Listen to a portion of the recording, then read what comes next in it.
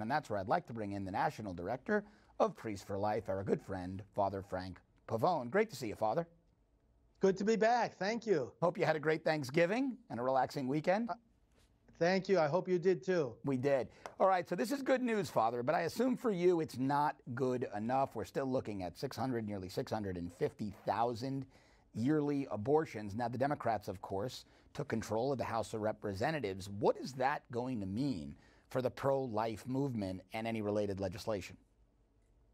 Well, of course, legislatively, things grind to a halt. And the good thing, of course, for the pro-life movement, and one of the things that we're very focused on, is that the fact that the Senate has not only maintained but increased Republican majority means good news for the courts, because so much of the abortion agenda, along with so many other liberal agendas that are not friendly at all to Christian or American values, for that matter, have been advanced through the courts. And so the president is going to continue to be able to get very good judges confirmed, and we expect an additional Supreme Court justice at some point. But as far as legislation, as you're mentioning, you know, there were some very good pieces of pro-life legislation ready to come again through the House and the Senate. For example, measures involving the further defunding of Planned Parenthood, and measures also protecting babies in the latest stages of pregnancy, babies who are being legally killed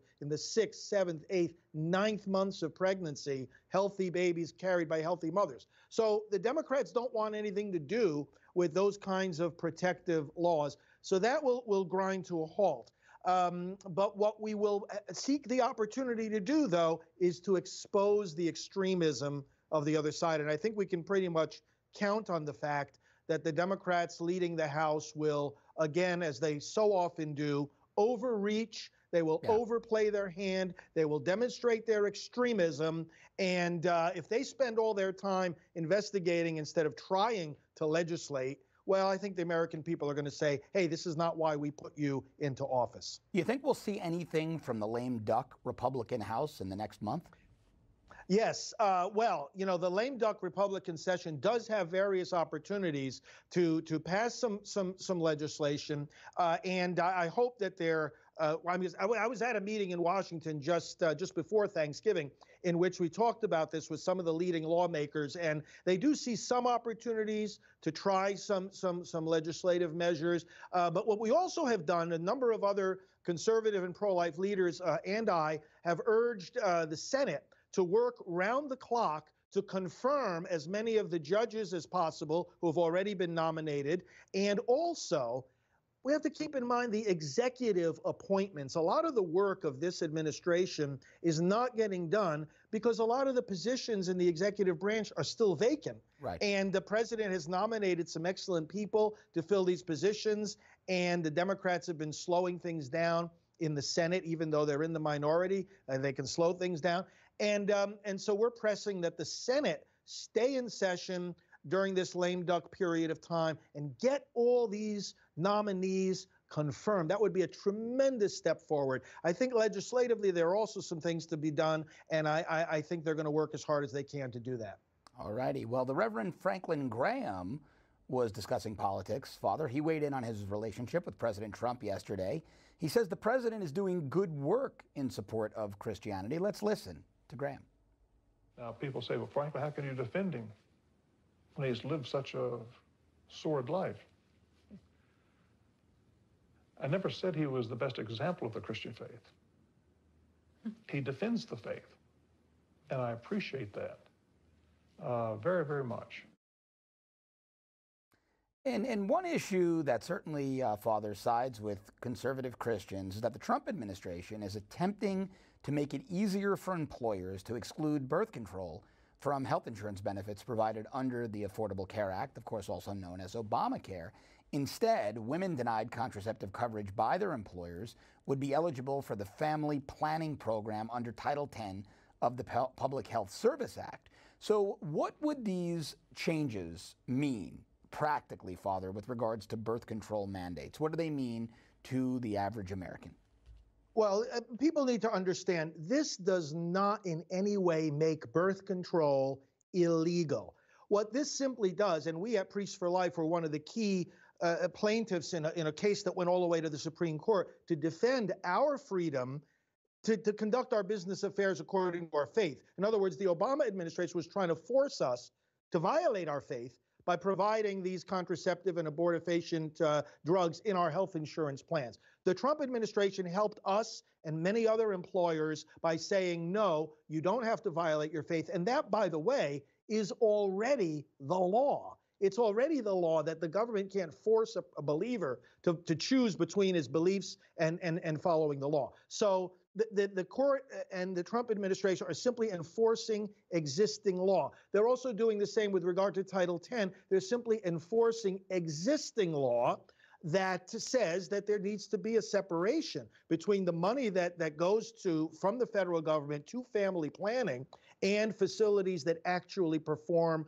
or refer to for abortions. So what's being done here, the left will make all kinds of complaints. It's one of these the sky is falling routines. Right. Oh, birth control is not going to be available or accessible anymore. Totally ridiculous. What's being done here instead is that the religious faith, the moral convictions shared by tens of millions of Americans are being protected by reinforcing existing law that's already been in place. And that's really what's going on here. And I hope people don't get fooled by all the rhetoric from the other side. And by the way, I concur with Reverend Graham, by the way. I was with him not too long ago. And let me show my concurrence. During the election season, I've been wearing this hat. Okay, it's the familiar Make America Great Again. And, together with, again, tens of millions of other Americans, I think the president is doing a fantastic job and a special way for us in the religious community. All thumbs up for him. I think he's been one of the strongest presidents on religious liberties that I've seen in my lifetime. But let's talk about,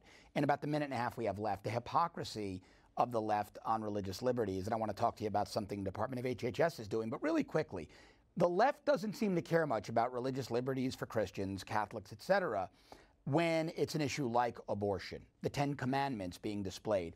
But now, Ilhan Omar, a Muslim woman, is elected to Congress, and all of a sudden their priority one is to change a 181-year rule so that she could wear her hijab on the House floor. Now, if that's the way they rule, fine. It's the law of the land. Those are the rules in Congress. They now have the House. That's their prerogative. But isn't it hypocritical? Isn't it hypocritical to now preach religious liberties when it comes to the religious liberties of Christians? They're not only absent, they're hostile. They are hostile. They have been hostile. It's a constant track record. And we have to understand that, religious liberty, just like when we talk about these other phrases like equality, right, justice, the challenge of these terms is that it really does have to apply to everybody. And this is the challenge for the left is, hey, you know what? It applies to us Christians too. They talk about diversity. Hey, it could be as diverse as you want, unless you're a practicing Catholic or a serious Christian. Yeah, that's right. Then all of a sudden diversity becomes a very, very bad word. All right, last topic for you to weigh in on, Father. Department of Health and Human Services is facing pressure from leading anti-abortion groups to cancel more than $100 million in federal funding for research projects that use fetal tissue. Now, I'm assuming you and Priests for Life are against this funding. If so, can you just explain in about a minute what your biggest concern is and why you're fighting this use of tax dollars? Yes, I was one of the signatories of that letter to Secretary Azar. Very simply, first of all, medically and scientifically, there's no clear benefit to using tissue from aborted babies. We can accomplish the same medical benefits from tissue obtained from in legitimate ways, from adult stem cells and other sources. Number two, it's very possible that laws are being broken in the obtaining of these aborted baby parts, as we have seen in the videos, the undercover videos about Planned Parenthood, and it's just unethical. I mean, we just had Thanksgiving. I mean, I don't think people would enjoy their Thanksgiving dinner very much if it was given to them as stolen goods. You don't want to participate in the evil act that somebody else has done. And so there's ethical concerns, there's legal concerns, and again, but the bottom line for me is, what scientific benefit does it have? And there's been no transparency here about how many or how or what kind of gestational age these aborted baby parts are. So we've got to, first of all, find out what's really going on here. And there's better ways of achieving the same medical ends. We're not against the medical research. We're certainly not against medical progress, but we want to do it ethically and legally and soundly from a scientific basis. Father Frank Pavone, Priest for Life. Father, always great to see you. Thanks for being here. It's always a pleasure. Thank you. Thanks for watching. If you'd like to see more breaking news coverage, exclusive interviews, and great videos, click over here to our YouTube channel and subscribe. And don't forget to download the free Newsmax TV app. Newsmax TV, it's real news for real people.